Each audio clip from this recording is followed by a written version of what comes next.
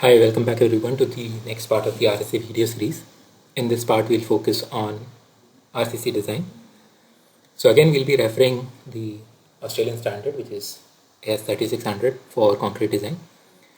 We'll be doing design for both our linear elements as well as for slabs in this particular example.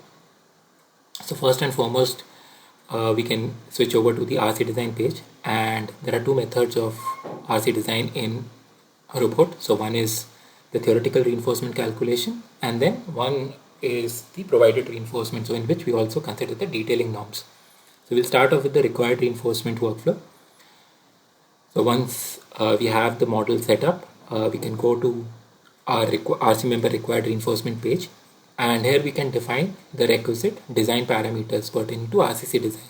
So whether it be defining the code parameters for columns and beams, including our buckling coefficient, or to calculate the effective length of the span, and all those parameters can be defined. Now, because when we were modeling these elements, we defined these elements as RC beams or RC columns. So you see the type has already been preloaded within the table. The second parameter that we can look at is the calculation parameters. Now these include the grade of concrete, grade of steel bar, the dia of steel bar that we want to consider, and by default it automatically takes the grade parameters on from the model itself. Anytime we want to change any of these values, we have to create a separate parameter. So we can create a new parameter set, and we can quickly update some of these parameter values. So in case I want to change the grade of steel bar, or the minimum and maximum dia of main bar, or transversal reinforcement or distribution rebar, so I can define all those things and save it as a new parameter set. Now we can apply this parameter set to all the elements, and there are again different methods of doing it. We can do it through the calculation parameters dialog by just assigning the standard 2 parameter to all the elements, and in one click you will see that update within the table. There is another interesting method in robot to update properties in table, which is this fill special tool. So just select the specific column, and in one single click we can update the values for the entire column by just selecting the requisite value from the drop down. Next, we can specify the load combinations that we want to consider for design. So again, you will see robot list out all the ultimate limit state and the serviceability limit state load combinations. So we can select the requisite load combinations as per the category. Once we've selected the load combinations, we can then ask robot to perform the calculations. So you can just use the calculate button to start the calculations.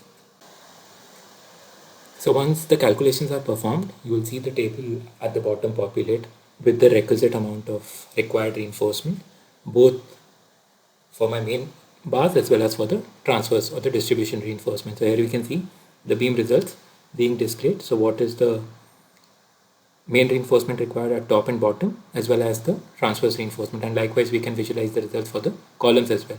So what are the reinforcement that required at the faces, as well as the distribution reinforcement that robot has computed. There is another method of doing reinforcement design which is currently not supported as per the AS standard. So we are going to use the American code, which is ACI 318, for doing the design and detailing based workflow, in which robot will also detail out or do the detailing for the element. So that is using the provided reinforcement tool.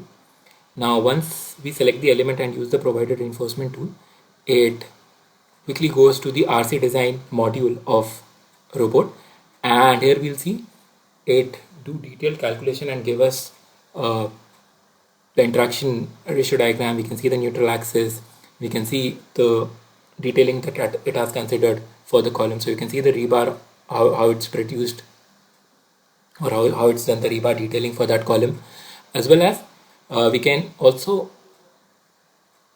consider or specify the parameters for my detailing. So what is the rebar dia, what's the grade of rebar, what's the distribution type that I want, do I want uniform spacing or do I want variable spacing. So all these conditions can be set. It also gives me a detailed calculation note in this module for all the calculations or the computations that it has performed for my RCC design. Now we can go back to our original model and let's see how we can do slab design. So in case I want to design any finite element, maybe a floor slab or maybe a shear wall that I have in my model. So there are different methods of doing slab and shell design.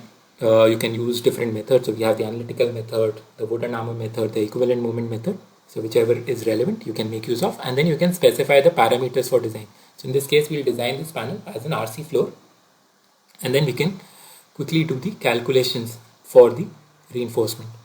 So again, robot takes a few seconds to quickly perform the calculations, and then you can visualize the results graphically. So on the right side, you see the option of displaying the maps for the area reinforcement, or probably if I want to quickly generate the map for the spacing for rebar or the number of rebar. So you can turn on and turn off the visibility. In this case, the first thing we are looking at is the bottom reinforcement in the main direction, and similarly we can see the top reinforcement in the main direction. So you can quickly validate the amount of reinforcement that robot has computed for that particular slab, and likewise we can do it for the minor axis or the other lateral direction in the y direction as well. We can quickly also validate how many number of bars are required, or in case I want to display any other additional details. So you can turn on and turn off the visibility depending on the requirement. Next, we'll look at how we can use the provided reinforcement module of robot to do the design and detailing for slabs. So again, we'll quickly select the element, and then we can go to the design menu, and then we can use the provided reinforcement of RC elements tool to quickly launch the RC design engine of robot, and it quickly runs in the background to perform the calculations for the design and detailing for that RC slab. Now again, depending on the configuration that we've defined, so whether we've defined wire meshes or we want to generate the rebar detailing based on a specific rebar dia, it will perform the calculations and give us the solutions. In this particular case, it is giving me different wire meshes for different regions and also illustrating the total weight of that particular wire mesh. We can also then quickly use an internal tool built in robot to quickly generate the drawings for these elements. So in this case, we are seeing a formwork drawing, but we can also generate a rebar detail drawing or a bar bending schedule drawing based on a predefined template within robot, which can also be then exported to an AutoCAD based environment. Finally, once we've done the design and detailing, we can also look at the detailed calculation that robot has performed, which also enlists the total bill of material or the quantity takeoff for the rebar and the concrete that is going to be used for this element, which gives me a comprehensive summary in terms of the reinforcement as well as the calculations performed for generating that reinforcement. So this brings us to the end of this part of the RSA video series. I hope you find this useful, and thank you and have a great day.